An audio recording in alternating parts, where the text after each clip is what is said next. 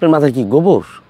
হ্যাঁ, আমরা একটা নতুন বাড়িতে যেতেছি, একটা বিয়ার প্রস্তাব নিয়ে যেতেছি, আপনি একটা গোল গলার গেঞ্জি আর একটা জিন্সের প্যান্ট পরে ছুটলেন। ভাই ও তো আবার কাপড় চোপড়ে বিয়ে করবে, ও তো করবে আমারে বিয়ে। আপনি খুব ঝামেলা করতেছেন কেন বুঝতে পারা?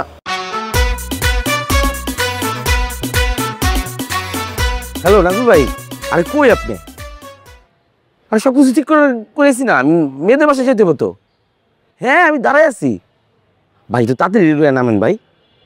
হ্যাঁ আমি এখন বলে আসছি, আসছি যে ঠিক আছে ভাই, তাড়াতাড়ি আসেন। কি একটা অবস্থা। চলেন। কই চলেন? মেয়েদের বাড়িতে যাবেন না? তো রেডি হয়ে আসেন। তো রেডি তো হয়ে আসছি। আপনার মাথায় কি গোবর? হ্যাঁ, আমরা একটা নতুন বাড়িতে যেতেছি, একটা বিয়ার প্রস্তাব নিয়ে যেতেছি, আপনি একটা গোল গলার গেঞ্জি আর একটা জিন্সের প্যান্ট পরে ছুটলেন। আপনার এখন কি উচিত জানেন? আপনি একটা সুন্দর একটা ফুল হাতা শার্ট পরবেন, একটা নর্মাল প্যান্ট পরবেন, সুন্দর জুতা পরবেন, তারপরে যাইবেন। আমরা তো ইয়ার কি করতে যেতেছি না, আমরা যেতেছি একটা বিয়ার প্রস্তাব নিয়ে। আর না হলে একটা পাঞ্জাবি পাজামা পরেন। ভাই ও তো আবার কাপড় চোপড়ে বিয়ে করবে, ও তো করবে আমারে বিয়ে। আপনি খুব ঝামেলা করতেছেন কেন বুঝতে পারা? আরে ভাই আমি তো উনি কয়েছি আপনি তিনতলা বাড়ির মালিক। হ্যাঁ, এই তিনতলা বাড়ির মালিক কি এগুলো পরে একটা বিয়ার প্রস্তাব নিয়ে যাবো? এরা যদি জানে কোনোদিন বিয়া দিব, হ্যাঁ দেখলে তো মনে হচ্ছে আপনি আমার বাজারে যেতেছেন। ভাই ও তো আমার কাপড় চোপড়কে বিয়ে করবে না, ও আমার সাথে কথা বলে ও আমার মনকে দেখে বিয়ে করবে, আমার মানসিকতা দেখে বিয়ে করবে, আমার ভালো মনের মানুষ সেটা দেখে সে আমাকে বিয়ে করবে, আমার টাকা পয়সাকে বিয়ে করবে, আমার তিনতলা বাড়িকে বিয়ে করবে না, আমার মতো একটা ভালো রসকে বিয়ে করবে। আপনি আমাকে নিয়ে চলেন, দেখবেন ও ভুলে যান। চলেন। ঠিক আছে আপনি যেটা ভালো মনে করেন চলেন। আচ্ছা জামু কি দিয়ে এখন? যাবো কি দেবেন? এখান থেকে এখানে রিক্সা করে যাব। কে? রিক্সা? নাজমুল ভাই আমি যে কি পাপটা করছি আপনার মায়া দেখতে গিয়া। ভাই আপনি একটা তিনতলা বাড়ির মালিক, আপনি যদি রিস্কা করে এই বাড়ির সামনে নামেন, কখনো আপনার কাছে এই মায়েরা বিয়া দিব? আমার বলেন তো ভাই, সমস্যা নাকি? আপনি এখন একটা রেন্টে কারে ফোন দিয়ে একটা প্রাইভেট আনেন, প্রাইভেটে করে যাবো।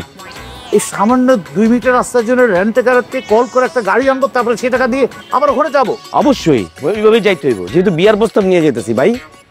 ঠিক আছে চলেন। আর শুনেন, আগে বাজারে যাইতে হইব, বাজার হয়ে তারপরে এই বাসায় যাইতে হইব। বাজার? বাজার কেন? ও মা, আপনি আগে বিয়া করছেন এগুলো বুঝেন না? নতুন শ্বশুর বাড়িতে গেলে মিষ্টি লাগে, 20 কেজি মিষ্টি নিতে হইব। কত কেজি? 20 কেজি। 20 কেজি? হ্যাঁ, তারপর সাথে আরো আছে আপেল, আঙ্গুর, বেদানা, কমলা, ড্রাগন ফল, এই সব কিছু নিয়ে তার বাসায় যাইতে হইব। সেটা অনেক টাকা, এত টাকা পাবো কই? কি কন? 20,000 টাকার ব্যাপার, এটা অনেক টাকা হয়ে গেল আপনার কাছে? ভাই আপনি জানেন না আমার অবস্থা কি খারাপ। আমার সাথে নিজের ডিভোর্স হওয়ার পর আমার কোনো ব্যবসা বাণিজ্য কিচ্ছু নয়, আর আপাতত চলে গেছে। আপাতত আগে আমাকে কিছু খরচ নিত, এই খরচও তো দেয় না। আর আমি এত টাকা পাবো কোথায় ভাই? আমি একটা কথা বলি বাবু ভাই, আপনি আপনার টকে থেকে দিয়ে চলার আগে বিয়েটা সেরে ফেলেন। তাই? হ্যাঁ। আপনার ভাই বিয়ে করার দরকার নাই। কি বলে? আপনি বাসায় গিয়া টিভি ছেড়া, ফ্যান ছেড়া, বয়া বয়া হিন্দি গান দেখেন। ঠিক আছে আমি গেলাম ভাই, অনেক বড় পাপ করছি। ভাই শুনেন না ভাই, কথাটা শুনেন না ভাই।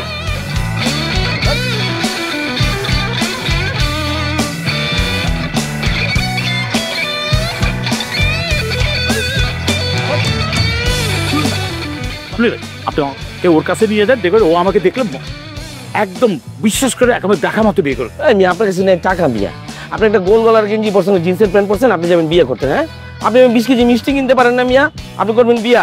জান তো ভাই, তো সব ফালতু মিয়া। বাবলি ভাই জান, বাবলি ভাই আপনি আমার কথা শুনে, বাবলি ভাই বাবলি আমার কথা শুনে, দেখবেন ও আমার সাথে কথা বলে মন দেখে বিয়ে করবে, বিশ্বাস করে আমার একদম প্রেমে পড়ে যাবে, ও আমাকে বিয়ে করবেই করবে। আপনার মনটা আপনার কাছে রাখেন, ঠিক আছে? এরপরে যদি আপনি আমার পিছিয়ে ডাকছেন তাহলে আপনার আমি মারবো। কি? আপনার লাগে আমি ওই বাড়িতে অপমান হয়েছি, আমি কিভাবে আমার মুখটা দেখাবো? আমি সব কিছু রাজি করে আসছি, সব কিছু রেডি করে আসছি, আপনার কাছে মিষ্টির টাকা নাই মিয়া। ফাল তুমি, আপনি আমার পিছনে চাইবেন না। যদি আইসেন তাহলে কিন্তু আপনার গায়ে হাত তুলতে আমি বাধ্য হব। বাবলি